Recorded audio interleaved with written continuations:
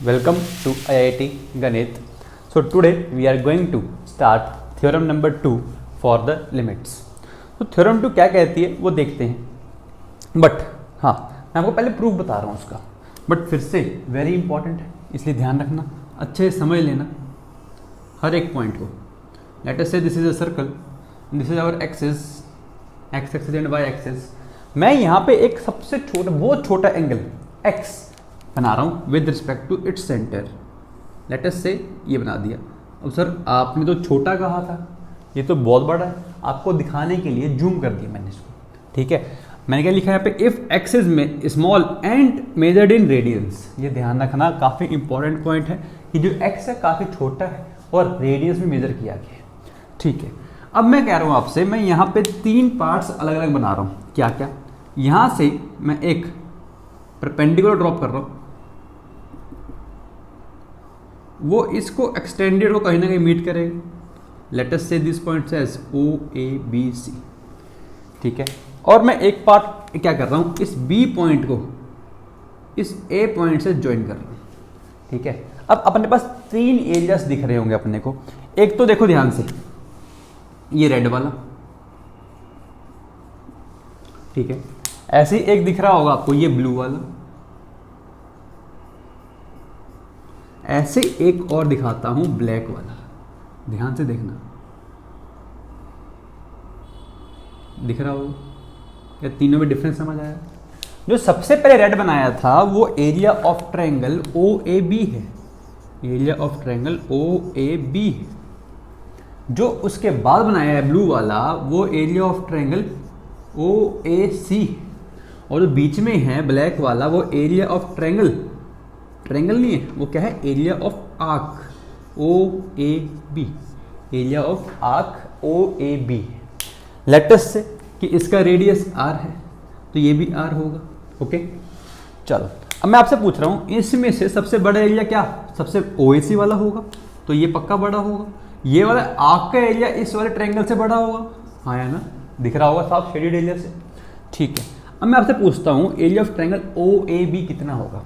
हमने थोड़ी सी एसओटी पढ़ी हुई है, अगर याद हो, एसओटी के अंदर कुछ ऐसा पढ़ा हुआ है, ABC अगर दिए हुए हैं, ये साइड्स ACB होती है, और ये एंगल के रिस्पेक्ट में अगर मेरे को एरिया लिखना है तो क्या मैं direct area half BC sine A लिखता हूँ, याद हो formula, half of adjacent sides into sine of the angle between them.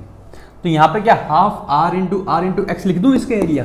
देखो ध्यान से, कितना आ जाएगा, half R square sine x आ जाएगा. ऐसे ही एरिया ऑफ आर्क क्या होता है, क्या आ जाएगा वो, हाफ R स्क्वेयर एक्स आ जाएगा. क्लियर है, एंगल एरिया निकालना आता होगा आर्क का, तो half R square x. Area of triangle OAC वो तो एक राइट एंगल ट्रायंगल बन चुका है. अगर मैं ये x है तो क्या ये वाली साइड R tan x होगी. सोचो ध्यान से, tan x की वैल्यू क्या होती है, परपेंडिकुलर बाय हाइपोटेन्यूज, तो परपेंडिकुलर बाय बेस, तो परपेंडिकुलर कितना आ जाएगा, r इंटू tan x, तो r tan x आ गया. तो इसका एरिया क्या, half r into r tan x, तो half r square tan x आ जाएगा, हाँ है ना. ठीक है, x इज वेरी स्मॉल, तो मैं क्या करूँगा, इन सब पे लिमिट लगा दूँगा, क्या, x tending to zero, x tending to zero पे. बट उससे पहले मैं आपसे कह रहा हूँ, half half half cancel out, R square cancel out. यहाँ तक तो क्लियर है. चलो यहाँ तक क्लियर है. अगर मैं आपसे कह रहा हूँ इसको हम डिवाइड कर देते हैं, डिवाइड किससे करें, x से डिवाइड कर रहा हूँ मैं, किससे, x से डिवाइड कर देता हूँ. तो जब मैं x से डिवाइड करूँगा तो साइन x बाई x बनेगा, या फिर इसको साइन x से ही डिवाइड कर दो, किससे, साइन x से डिवाइड कर देते हैं, तो ये क्या बन जाएगा 1. ये क्या बन जाएगा, x बाई साइन x. ये क्या बन जाएगा, tan x by sine x, तो कितना आ जाएगा, क्या, 1 बाई कॉस x आ जाएगा. क्या किया मैंने यहाँ पे, डिवाइड बाई, किसे डिवाइड किया, साइन x से. ठीक है, अब एक बात बताओ, अगर मैं इन सबका रेसिप्रोकल कर दूं, क्या कर दूं, इन सबका रेसिप्रोकल, तो क्या रेसिप्रोकल करते ही इक्वलिटीज चेंज हो जाएंगी, कुछ ऐसा हो जाएगा. सोचो ध्यान से, जैसे मैंने रेसिप्रोकल किए तो ये उठ के यहाँ पे आ जाएगा, सबसे बड़ा सबसे छोटा हो जाएगा, क्योंकि उसके डिनोमिनेटर में सबसे बड़ी वैल्यू आ गई होगी, इसलिए सबसे छोटा हो गया होगा. अब मैं कह रहा हूँ आपको कि सब पे लगा दो लिमिट x टेंडिंग टू 0, ठीक है, तो ये वैल्यू तो क्या रहेगी, 1 ही रहेगी। जब इस पे लिमिट लगाओगे तो x टेंडिंग टू 0 पे ये कॉस कहाँ जा रहा होगा, 1 को टेंड कर रहा होगा। इसकी लिमिट हमें निकालनी होती है थ्योरम के अंदर, limit x tending to 0 sin x by x less than 1। अब ये इससे बड़ा है इससे छोटा है, तो सैंडविच थ्योरम क्या कहती है कि ये इसी के बराबर होगा। तो ये वैल्यू कहाँ टेंड कर रही होगी, जब x 0 टेंड कर रहा होगा, ये वैल्यू टेंड कर रही होगी 1 को, ये वैल्यू टेंड कर रही होगी 1 को। यही थ्योरम है अपनी, लिमिट x टेंडिंग टू 0 पे sin x बाई x की वैल्यू कहाँ जाती है, 1 पे जाती है। इसको याद रखना है आपको, क्लियर है।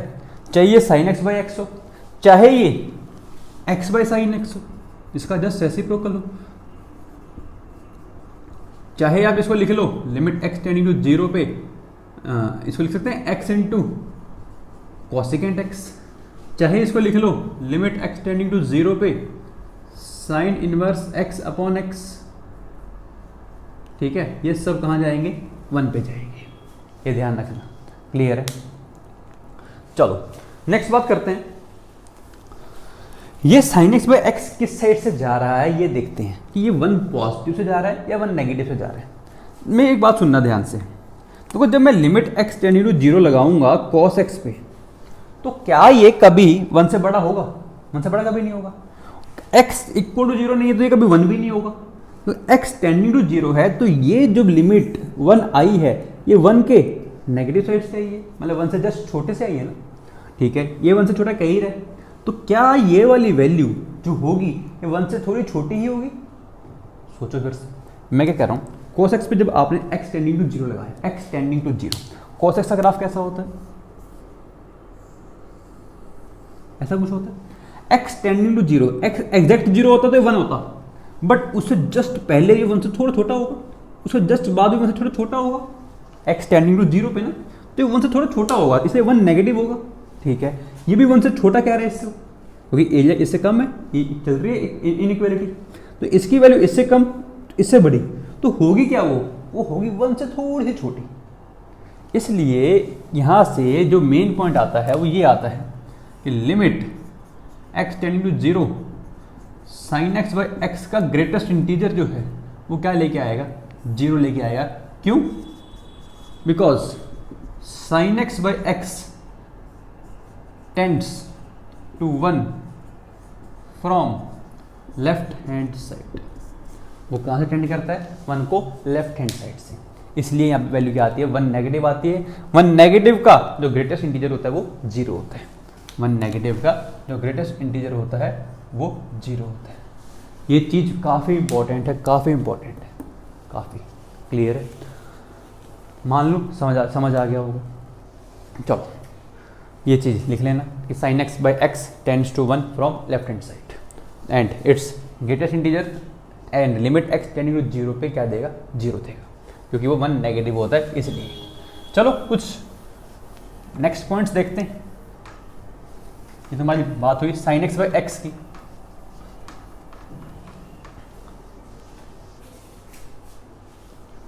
चलो एक बात और, अगर मैं अब इस स्टेप को cos x से डिवाइड कर दूं, किससे कर दूं, डिवाइड कर दो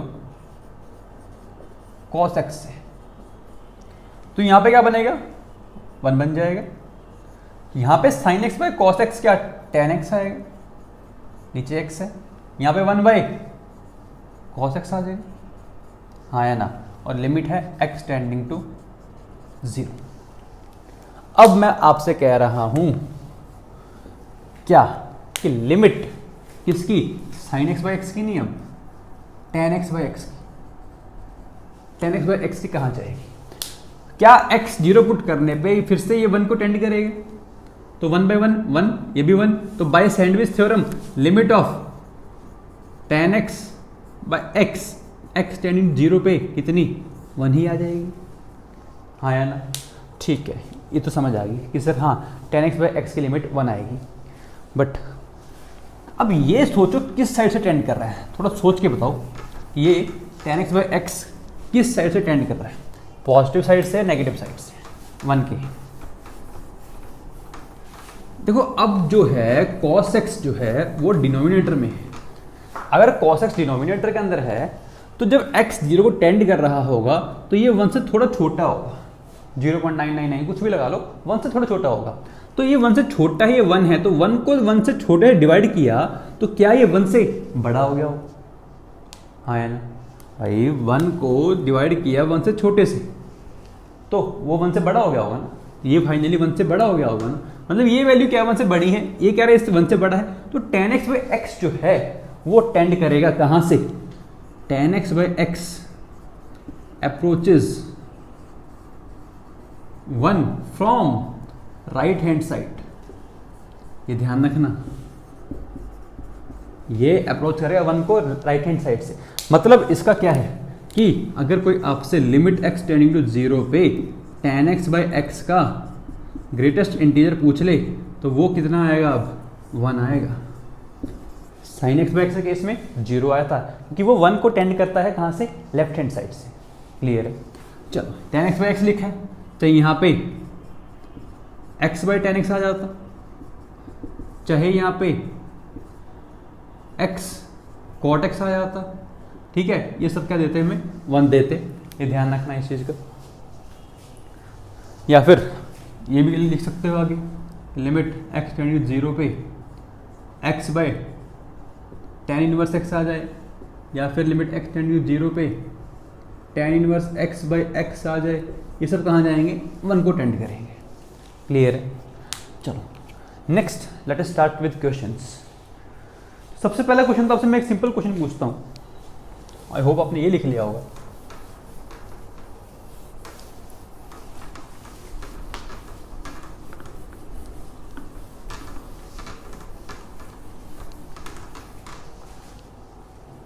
सिंपल सा क्वेश्चन पूछ रहा हूं आपसे मैं, लिमिट x टेंडिंग टू 0 पे 5 sin x बाई एक्स का ग्रेटेस्ट इंटीजर कितना होगा? भाई sin x बाई एक्स तो टेंड करेगा x टेंडिंग टू 0 पे कहाँ? 1 से थोड़े छोटे पे, 1 से थोड़े छोटे पे। इसको जब मैं 5 से मल्टीप्लाई करूंगा तो ये 5 से थोड़ा छोटा आएगा। 5 से जस्ट छोटे का ग्रेटेस्ट इंटीजर कितना होगा? क्या 4 होगा? तो ऐसे क्वेश्चन पूछे जाते हैं। मान लो यहाँ पे लिखा होता 5 की पावर 100, क्या लिखा होता? 5 की power 100 into sine x by x का greatest integer limit x tending to 0 पे कितना होगा? तो क्या करेंगे हम? अब ये वाली वैल्यू 1 से थोड़ी छोटी होगी तो इससे जब मल्टीप्लाई करोगे तो ये 5 की पावर 100 से जस्ट छोटा होगा, जस्ट छोटा। तो मतलब आंसर इसका ग्रेटेस्ट इंटीजर क्या लेके आएगा? 5 की पावर 100 से एक छोटा इंटीजर। मान लो 9.99 का ग्रेटेस्ट इंटीजर कितना होगा? 9 होगा। ऐसे ही, ठीक है। So this is the answer. Let us move towards some new questions. तो क्वेश्चन कह रहा है आपसे साइन ए एक्स लिमिट है x tending to 0 sine A X upon sine B X. कह रहा है बताओ क्या होगा? ध्यान से सुनना। देखो साइन ए एक्स को डिनोमिनेटर में भी क्या चाहिए होगा? ए एक्स चाहिए होगा, क्योंकि जो लिमिट है अपनी वो साइन एक्स बाई एक्स 0 पे कहाँ जाती है? 1 जाती है। ये जो है साइन के अंदर इनपुट, वही इनपुट नीचे होना चाहिए। ऐसे ही यहाँ पे साइन ए एक्स है तो साइन ए एक्स को डिनोमिनेटर में ए एक्स मिलेगा तो मैं ए एक्स से मल्टीप्लाई भी करूँगा। साइन बी एक्स को बी एक्स मिलेगा तो मैं बी एक्स से मल्टीप्लाई भी करूँगा। अब लिमिट लगा सकते हैं। जब अब लिमिट लगाओगे तो इस पे लिमिट लगेगी और इस पे लिमिट लगेगी। क्यों? ये तो हमारी स्टैंडर्ड फॉर्म है, ये हमारी स्टैंडर्ड फॉर्म है। तो ये लिमिट कहाँ जाएगी? 1 पे जाएगी। ये भी कहाँ जाएगी? 1 पे जाएगी। एक्स एक्स कैंसिल होगा, क्या बचेगा? a by B. सो a by B is our answer. This is how to attempt this type of questions. Next बात करते हैं। लेट अस से क्वेश्चन है limit x tending to 0 sine of log x divide by log x। बताओ क्या? x tending to 0, ठीक है। चलो अब ये क्वेश्चन है तो पूछ रहे बताओ क्या होगा? क्या कोई बता सकता कितना होगा? भाई x टेंडिंग टू 0 पे हमें क्या इनपुट जो है साइन का इनपुट वो 0 जा रहा है क्या? नहीं, क्योंकि जब 0 जाएगा तो लॉग कहाँ जाता है? माइनस इन्फानाइट पे। ठीक है, बट हाँ हमें एक चीज़ कन्फर्म है, क्या कि जो साइन की वैल्यू होगी वो कुछ ना कुछ होगी -1 से लेके 1 के बीच में, और इससे बाहर नहीं जाने वाली। ऊपर एक इतनी क्वांटिटी होगी -1 से लेके 1 के बीच में कुछ, बट नीचे जब x 0 जाएगा तो ये कहाँ जा रहा होगा? ये जा रहा होगा माइनस इन्फानाइट पे। कहाँ जा रहा होगा? माइनस इन्फानाइट पे। तो something fix quantity divide by infinite, तो कहाँ जा रही होगी सारी क्वांटिटी? क्या ये 0 पे जा रही होगी? सोचो ध्यान से। तो ऐसे क्वेश्चंस भी बनते हैं। अब आपको लग रहा होगा सर ये तो 1 पे चला जाएगा आंसर। 1 नहीं आएगा कभी भी। 1 तब आता जब इसका इनपुट जो है साइन x जो है वो 0 जाता। यहाँ पे log x है, क्या log x 0 जा रहा है क्या? नहीं, log x 0 नहीं जा रहा, x 0 जा रहा है, बट जो साइन का इनपुट है वो 0 नहीं जा रहा। इस चीज़ का ध्यान रखना, काफ़ी इंपॉर्टेंट क्वेश्चन है फिर से। ठीक है, लेट अस से एक और क्वेश्चन करते हैं। x³ + x² - 2 divide by sine of x - 1, और लिमिट है x टेंडिंग्स टू 1। लिमिट है x टेंडिंग्स टू क्वेश्चन। ठीक है, कह रहे लिमिट बताओ कितनी होगी। इसको ध्यान से देखो, ऐसा लग रहा होगा कि 1 जो है इसका एक क्या है? 1 इसका एक रूट है क्यूबिक का। तो ऊपर अगर 1 रूट है तो x - 1 इसका फैक्टर होगा, तो मैं इसको x³ + x² - 2 से डिवाइड कर रहा हूँ। तो यहाँ पे x² आएगा, यहाँ पे x³ आएगा, -x² minus plus cancel, 2x² - 2, तो यहाँ पे क्या आ जाएगा? +2, 2x² - 2, दोनों कैंसिल आउट। तो जो ऊपर लिखा हुआ है वो x - 1 इंटू में x² + 2 लिखा हुआ है, और डिवाइड में साइन ऑफ x - 1 लिखा हुआ है, और लिमिट है x टेंडिंग्स टू 1 पे। ठीक है, अब सुनना ध्यान से, जब x 1 जाएगा तो इसका इनपुट साइन का कहाँ जा रहा है? 0 जा रहा है। तो अगर साइन का इनपुट 0 जा रहा है तो अगर यही चीज ऊपर मिल जाए तो बात बन जाएगी, वो मिल चुकी है। तो ये चीज जो है अपनी कहाँ जाएगी? ये जाएगी 1 पे। 1 पे जाएगी तो x² + 2 1 पे कहाँ जाएंगे? 1 का square 1 + 2 that is 3। So this will be the answer. फिर से बता रहा हूँ, ध्यान से सुन लो। साइन का इनपुट कहाँ जा रहा है? 0 पे, जब x 1 जा रहा है। ठीक है, तो वही चीज़ अगर ऊपर मिल जाए तो ये दोनों मिल जाते हैं, क्योंकि ये हमें पढ़ चुके हैं, ये हम पढ़ चुके हैं। ऐसे नहीं करना तो इसका एक और मेथड होता है करने का। वो क्या होता है, अगर आपको याद हो मैंने बताया था कि पुट x = 1 + h, x को पुट कर दो 1 + h। जब x 1 को जाएगा तो h कहाँ जा रहा होगा? 1 - 1 0 को जा रहा होगा। तो मैं इसको लिख दूंगा लिमिट h टेंडिंग टू 0। जहाँ जहाँ पे x है वहाँ पे क्या पुट कर दो? 1 + h। तो 1 + h - 1, तो क्या h बचेगा? यहाँ पे 1 + h का स्क्वायर + 2 बचेगा। डिवाइड बाय में साइन ऑफ x - 1 कितना होगा? क्या वो h होगा? हाँ, ठीक है। अब क्या, अब समझ आ रही होगी। अब भी तो ये क्या बन गया? साइन h/h वाली फॉर्म बन गई, ये वाली फॉर्म बन गई। x टेंडिंग 0 पे कहाँ जाएगा? ये 1 जाएगा। 0 पे ये कहाँ जाएगा? 1 + 2 दैट इज 3। तो आपकी मर्जी है, आपने ऐसे करना है या ऐसे करना है, बट टाइम सेव करना है। तो आई होप आप इसी कंसेप्ट से कोशिश करेंगे। ठीक है, चलो एक क्वेश्चन और करते हैं। आई होप आपने ये लिख लिया होगा सब कुछ। मैं इनको मिटा देता हूँ।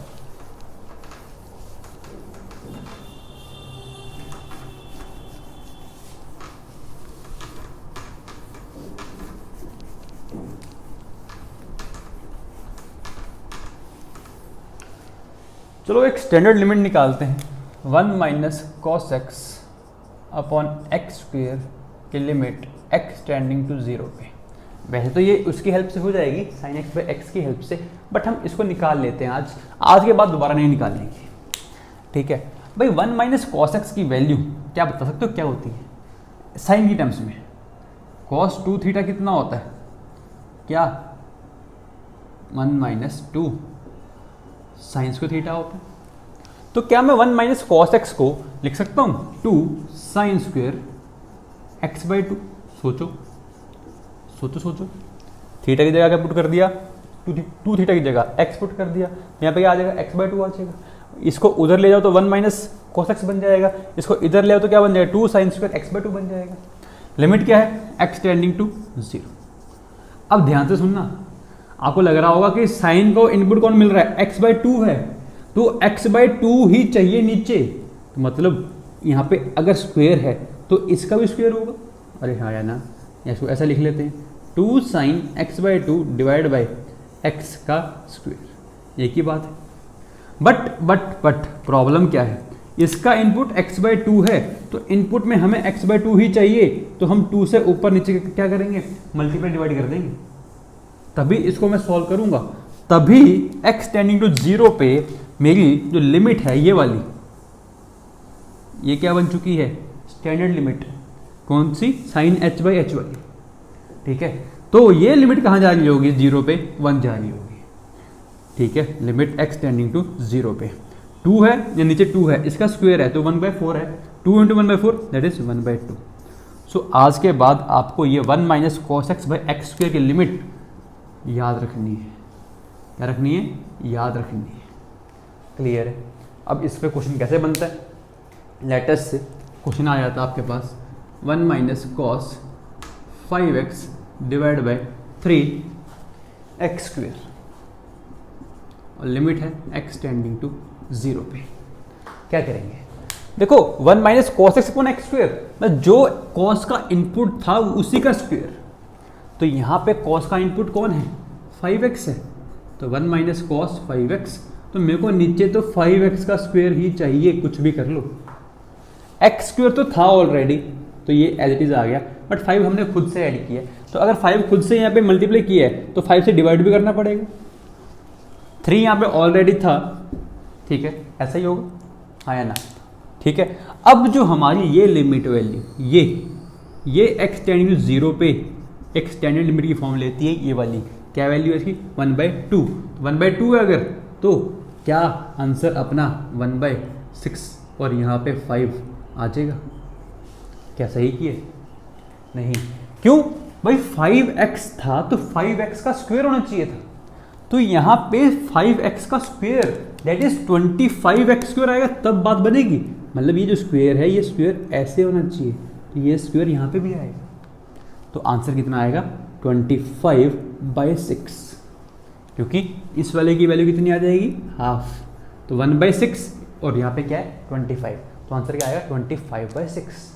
ये चीज़ें ध्यान रखना, छोटी छोटी गलतियाँ होने वाली हैं वहाँ पे। चलो एक और क्वेश्चन करते हैं इसके ऊपर, 1 माइनस कॉस 2x बाई 2 का रूट